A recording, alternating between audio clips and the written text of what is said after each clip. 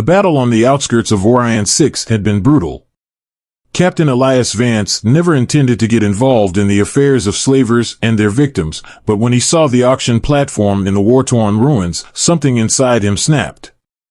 Among the captured aliens being paraded like trophies was a tall, imposing warrior, her silver-blue skin covered in bruises, her 4 arms shackled together.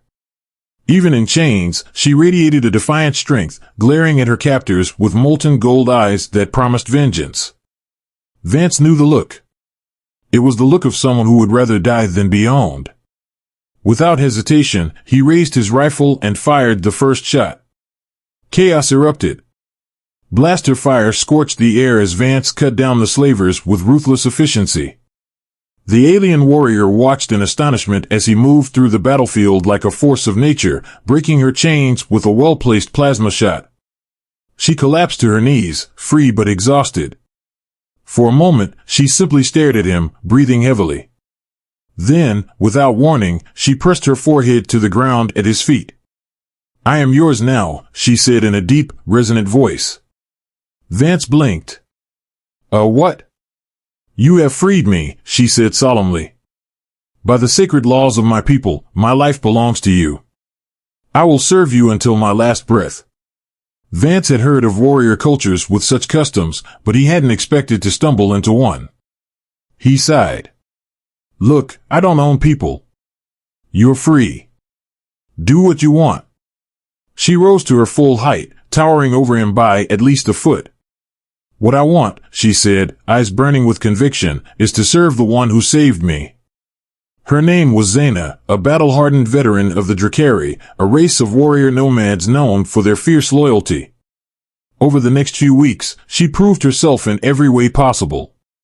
She guarded his back in skirmishes, repaired his ship with surprising skill, and even hunted down a bounty on his head before he had a chance to worry about it.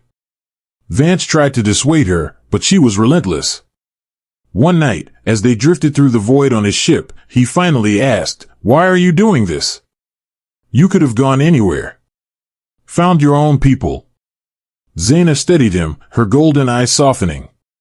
"My people did not free me. You did. The universe is vast, but loyalty is rare. I will not abandon the one who gave me my life back." Vance exhaled. He wasn't sure how he felt about it. But as he watched Zaina clean her blade with quiet reverence, he realized something. Maybe, just maybe, he didn't have to fight the universe alone anymore. Vance had always been a lone wolf, navigating the lawless expanse of the galaxy with nothing but his instincts and a blaster. Having someone at his side, especially a 7-foot-tall, 4-armed alien warrior, was an adjustment. At first, Zaina's presence was almost overwhelming.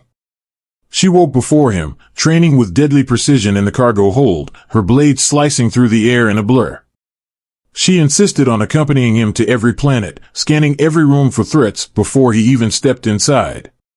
When he got into a bar fight on Caldas 9, she threw a man through a steel wall before he had a chance to throw his first punch. "I had it under control," Vance grumbled afterward, nursing a bruised knuckle. Zaina merely arched a ridged brow. "You are my responsibility.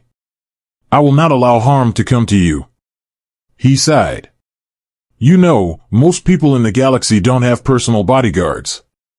She tilted her head. "Most people are not you." There was no arguing with that. Despite her fierce devotion, Zaina wasn't just a warrior. Over time, Vance began to see glimpses of the person beneath the armor. She was fascinated by human music, often listening intently to old Earth recordings as she sharpened her weapons. She had a wicked sense of humor, dry and sharp, but always perfectly timed. And she could drink him under the table without breaking a sweat. One night, after narrowly escaping a bounty hunter ambush, they found themselves hiding out on a secluded moon. A fire crackled between them as Zaina meticulously cleaned her plasma spear, while Vance nursed a flask of something strong and probably illegal. "I don't get it," he admitted, staring into the flames. "You're a warrior. A survivor. You don't owe me anything. So why stay?" Zaina was silent for a long moment. When she finally spoke, her voice was softer than he'd ever heard it. Before you, she said, I was nothing but a weapon. Used, discarded, forgotten.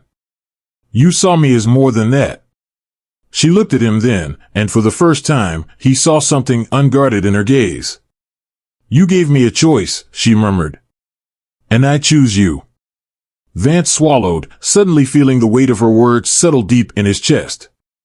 He had saved her once, but somehow, she had become the one thing he never realized he needed. Someone to stand with him. Someone to fight for him. And maybe, just maybe someone to call home. The weeks turned into months, and what had once been an odd partnership became something more, something Vance didn't quite have words for. Zaina wasn't just his protector anymore. She was his ally, his confidant, his friend. They made a name for themselves across the Outer Rim. Smugglers, slavers, and corrupt officials learned to fear the human and his alien shadow. If anyone tried to double-cross Vance, they quickly found themselves facing a furious Drakari warrior who would rather rip them apart than let harm come to her captain. But not all their battles were won with blades and blasters. One day, while docked on the trading station Elysium Prime, Vance picked up whispers about a Drakari prisoner being held in the depths of the city. Zaina rarely spoke about her past, but he knew enough to recognize the tension in her shoulders when she heard the news. We don't have to get involved, he said carefully. But I know you want to. Zaina's jaw clenched. The Drakari do not allow themselves to be taken alive. If one has been captured, they are suffering. That was all Vance needed to hear. The infiltration was smoother than expected, probably because no one planned for an assault from a four-armed warrior with a plasma spear and a man with a reputation for getting into places he shouldn't. They carved their way through the slaver compound, taking down guards with ruthless efficiency until they found the prisoner. A young Drakari male, barely more than a boy, chained in a cell, his silver-blue skin covered in scars. His golden eyes widened when he saw Zaina. Sister, he rasped. Vance barely had time to process the shock on Zaina's face before she was at his side, breaking his chains with a single, furious strike. He had never seen Zaina hesitate in battle, never seen her shaken, but as she looked at her brother, someone she had long thought dead, there was something vulnerable in her eyes. We thought you were lost, she whispered. I would have been, her brother said, his voice raw. If not for you. Zaina helped him to his feet, her grip steady. But when she turned to Vance, there was something unreadable in her expression. This is your chance, he said quietly. To go home. Zaina's brother looked at her hopefully, but she only exhaled, glancing at Vance as if searching for something in his eyes. I already have a home, she said finally. And just like that, Vance realized the truth. She wasn't following him out of duty. She wasn't protecting him because she felt she had to. She had chosen him. And he had chosen her, too. As they walked away from the burning compound, her brother by her side, Vance knew their story wasn't over. This was just the beginning.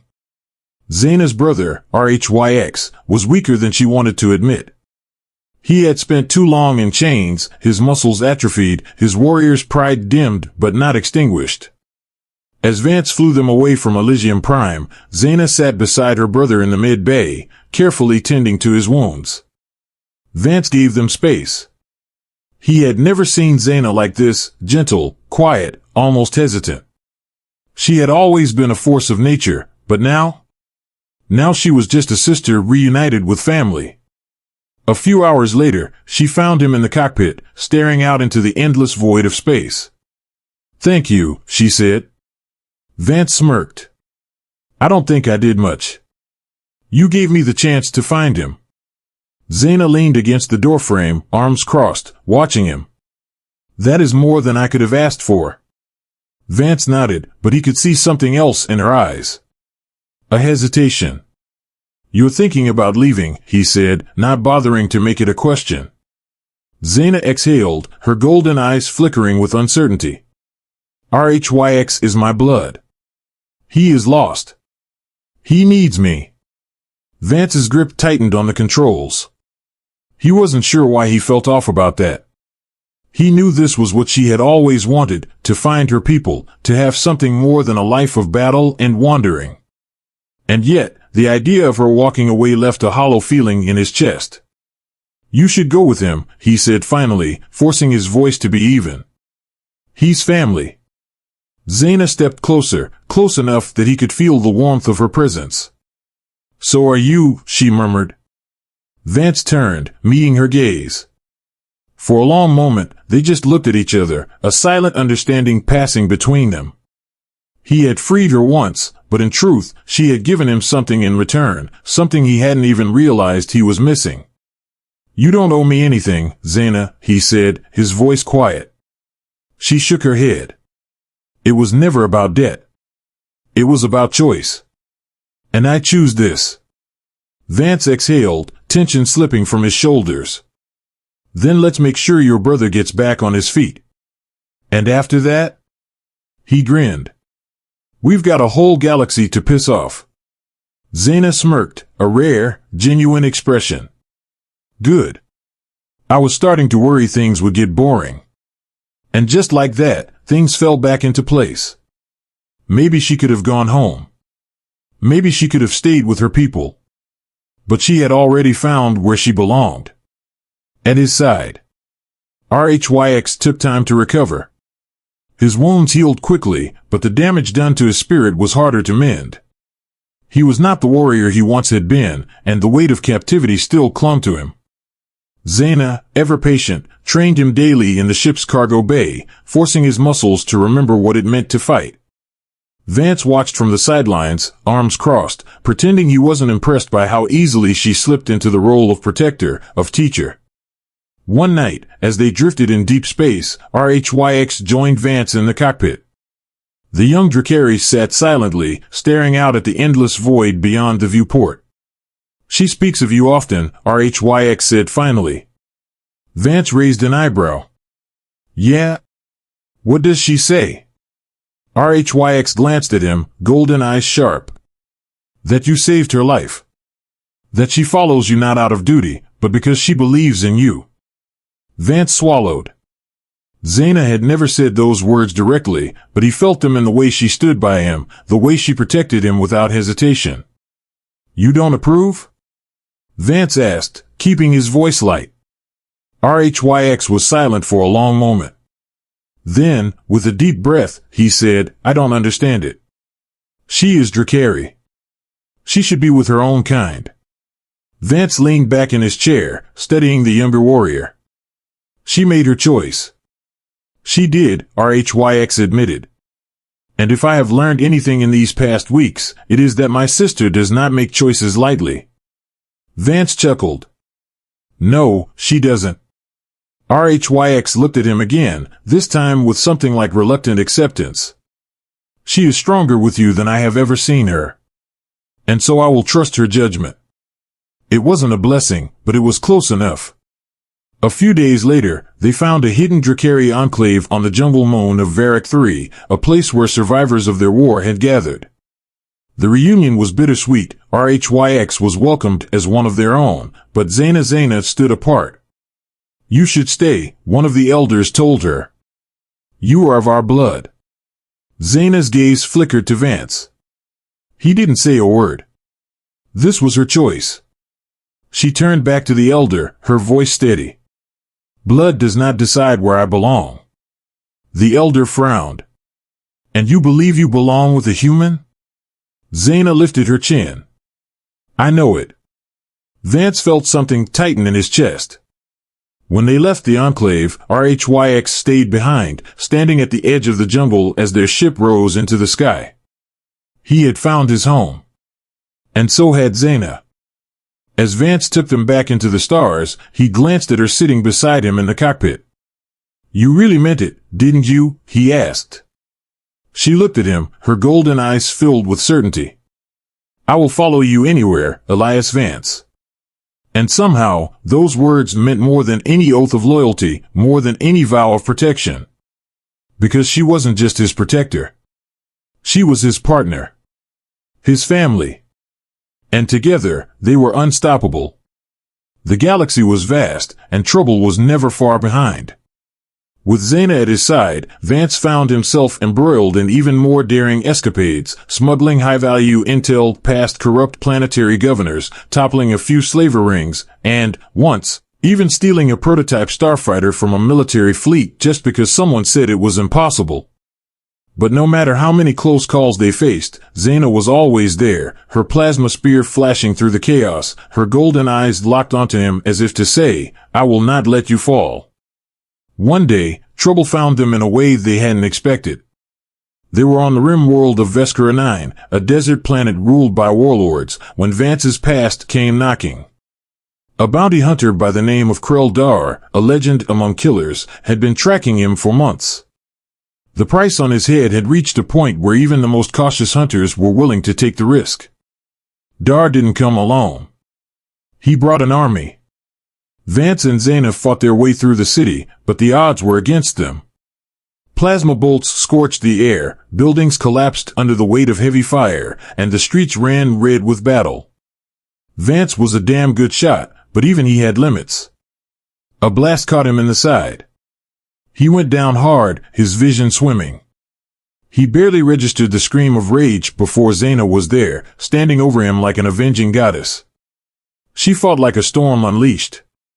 Her four arms wielded blade and blaster with devastating precision, cutting through the enemy like they were nothing.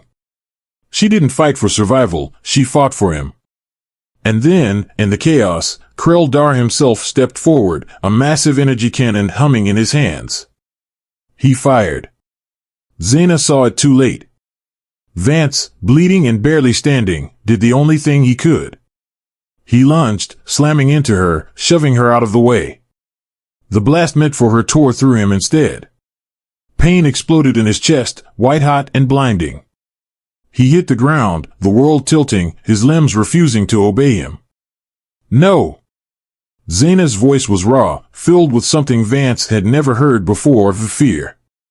She was at his side in an instant, her hands pressing against the wound, trying to stop the bleeding. He managed a weak smile. "Guess I finally got to save you for once." Her face twisted in fury and anguish. "You do not get to joke right now, Elias." The battle raged on around them, but Zaina didn't care. She was holding onto him as if sheer willpower alone could keep him alive. And maybe it did.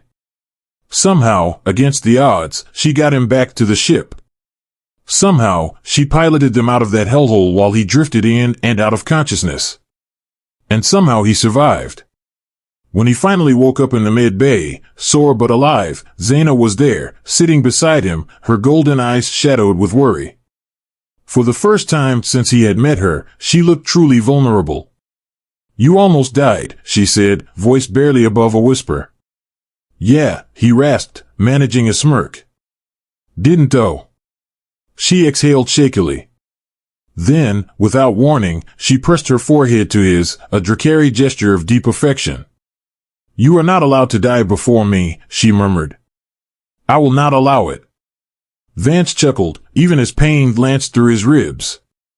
"Deal." And that was it. They had walked through fire together, faced death and defied it. From that day on, they were more than partners, more than warriors standing side by side. They were each other's reason to keep fighting, to keep moving forward, no matter what the universe threw at them. And as their ship disappeared into the endless stars, one thing was certain. No matter where they went, no matter the battles ahead, Zaina would always stand at his side. Forever.